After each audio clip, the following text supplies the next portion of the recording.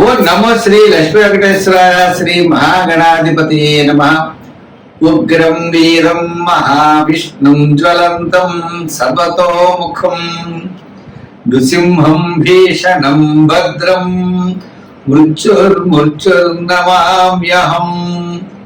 ప్రేక్షకులకు నమస్కారాలు తెలియజేస్తూ మనం జూలై మాసంలో మన రాశులకు ఎలా ఉంటాయో తెలుసుకుందాం. జూలై మాసంలో గ్రహాల యొక్క పరిస్థితి ఎలా ఉన్నది, ఏ గ్రహాలు ఎక్కడ ఉన్నాయి తెలుసుకుని మనం ఒక్కొక్క రాశి గురించి కూడా తెలుసుకుందాం. అయితే మరి జూలై మాసంలో గ్రహాలన్నీ ఎక్కడ ఉన్నాయా అంటే మిథున రాశిలోకి వచ్చేటప్పటికి గురుడు రవి మిథున రాశిలో ఉన్నారు. వృషభ రాశిలో శుక్రుడు ఉన్నాడు. మరి కర్కాటక రాశిలో బుధుడు, సింహ రాశిలో కేతువు, అంతేకాకుండా మరి కుజుడు కూడా సింహరాశిలోనే ఉన్నాడు.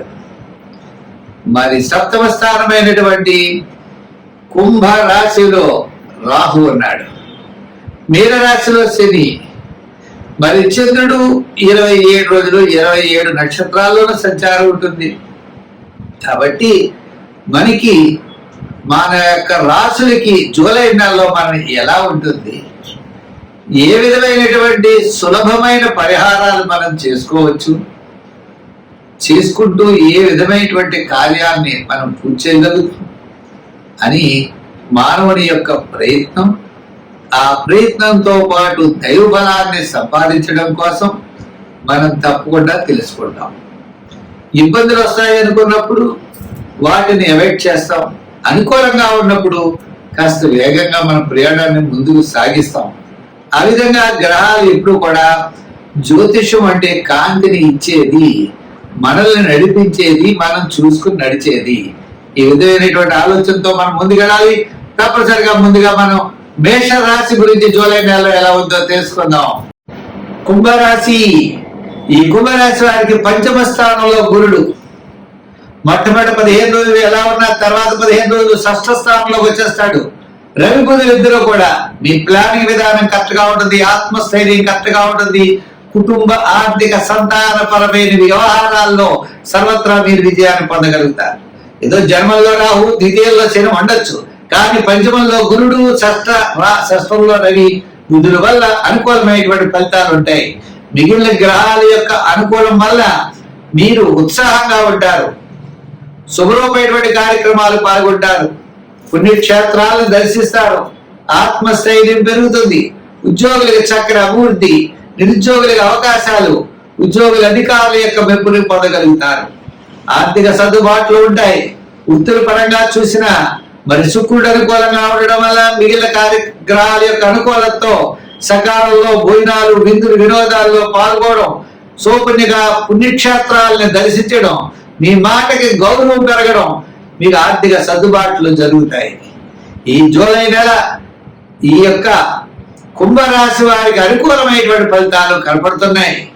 అసంతృప్తి, చికాకు, స్వల్పమైన సమస్యలు, మొండితనం, పెంకితనం, అనుకున్న పనులు సకాలంలో అవ్వకపోవడం, చిన్న చిన్న ఇబ్బందులు రాహు శని వల్ల జరగవచ్చు.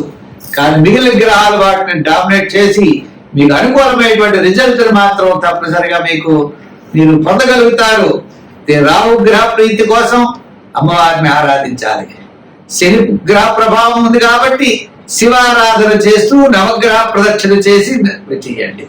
వర్షాకాలంలో నల్లని గొడుగులు పంచిపెట్టండి, నేరేడు కాయలను పంచిపెట్టండి. అంతేకాదు రెయిన్ కోట్లు, వర్షం కోట్లు, నల్ల కోట్లు కొని ఇవ్వండి, పాదరక్షలు ఇవ్వండి, దేవాలయాల్లో నువ్వులు, నూనె, దీపం పెట్టమని ఇవ్వండి.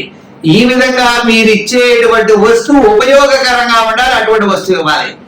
నల్లని గొడ్డెమ్మన్నారని చిన్న చిరుగుపోయిన పీరికి ఇవ్వడం కాదు, శుభ్రంగా నల్లని తువ్వాలు లాంటిది ఇవ్వండి.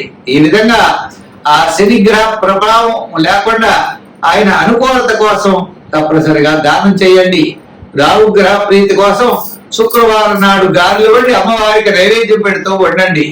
తప్పనిసరిగా మిగిలిన గ్రహాల యొక్క అనుకూలత వలన వృత్తుల్లో, ఉద్యోగంలో, వ్యాపారంలో, ఐటీ రంగం, షేర్స్, జనరల్ కిరాణా, రియల్ ఎస్టేట్ మొదలైనటువంటివన్నీ కూడా అనుకూలంగా ఉన్నాయి ఈ రాశి వారికి.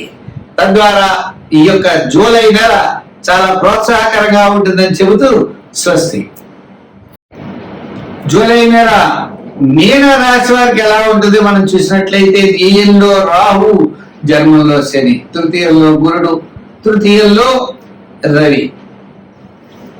అదేవిధంగా మరి తృతీయం కాకుండా చతుర్థం అర్థాష్టమ గురుడు కాబట్టి 4లో గురుడు, 4లో రవి, 5లో బుధుడు, మరి కాస్త తృతీయంలో శుక్రుడు. ఏదైనప్పటికీ గ్రహాల యొక్క బలాబలాలు సామాన్యంగా కనబడుతున్నాయి. ప్రతి గ్రహము కూడా అనుకూలంగా లేదు కాబట్టి మనం సామాన్యంగా ఉన్నప్పుడు మిశ్రమైనటువంటి ఫలితాలు గ్రహాలన్నీ చూపిస్తున్నాయి కాబట్టి విద్యార్థులు జాగ్రత్తలు తీసుకోవాలి. ఉద్యోగస్తులు కూడా వ్రాత పనుల్లో అధికారులతో జాగ్రత్తలు తీసుకోవాలి. అలాగే వృత్తుల వారు కూడా ఆయా వృత్తులు చేసేటప్పుడు జాగ్రత్తలు తీసుకోవాలి. ఇక వ్యాపారమైనటువంటి ఆర్థిక లావాదేవీల్లో కూడా నూతనమైన వ్యాపార విషయంలో ఆలోచన చేయాలి. పెట్టుబడులు పెట్టేటప్పుడు పార్ట్నర్షిప్ విషయంలో మరింత శ్రద్ధ జాగ్రత్తలు అవసరమవుతుంది. అంతేకాకుండా ముఖ్యంగా తప్పనిసరిగా ఆరోగ్య సూత్రాల్ని ఈ రాశి వారు పాటించవలసి వస్తుంది. ఎంచేత అనారోగ్య సూచనలు కనబడుతున్నాయి కాబట్టి ఆరోగ్య సూత్రాలను పాటించండి. చిన్న చిన్న ఇబ్బందులతో మీరు గట్టెక్కగలుగుతారు. ప్రతి పని కూడా శ్రద్ధ అనేది చాలా అవసరం. గ్రాముల యొక్క అనుకూలత లేనప్పుడు ప్రవాహానికి ఎదురడం కూడా ఆనందంగా స్వీకరించాలి. ఆ కష్టాలు ఎంతకన్నా కష్టాలు ఏమిటి అనుకోవాలి. అంతేకాదు మన ప్రయత్నం చాలా గట్టిగా చేయాలి. జ్యోతిష్యం ఎప్పుడు కూడా బ్యాటరీ లైట్ల లైటింగ్ ను చూపిస్తుంది. నడిచేది ప్రయత్నం చేసేది మనం చేసే ప్రయత్నానికి దైవ బలం తోడైతే మనం మంచి ఆలోచనలతో వాలుగా ప్రవహించే నదిలో మనం ఈత కొట్టినట్టు వేగంగా వెళ్ళగలుగుతాం. లేదా ప్రవాహానికి ఎదురయ్యేదాలి, అది కష్టంగా ఉంటుంది. అది కాబట్టి ఇటువంటి సమయంలో ప్రతిరోజు శివాలయానికి వెళ్ళండి, నవగ్రహ ప్రదక్షిణ చేయండి, నవగ్రహ దానాలు చేయండి. ప్రతిరోజు గుళ్ళోకి వెళ్ళి ఓం నమః శివాయ అనే పంచాక్షరి మంత్రాన్ని జపించండి. ఓం శం శనై చరాయ నమః అనే శని మంత్రాన్ని చదవండి. దక్షిణామూర్తి స్తోత్రాలను చదవండి. రిస్క్ చేయకండి. అంటే ఇబ్బందులైతే లేవు, కష్టాలైతే లేవు, అయితే పనులు వేగంగా పూర్తి అవ్వకపోవడం, అసహనం, చికాకు, సమస్యలు ఉంటాయి. మనం రిస్క్ చేయకూడదు. రాంగ్ రూట్ లో వెళ్ళకండి, ధర్మ మార్గంలో వెళ్ళండి. విజయం మీ వెంట ఉంటుంది.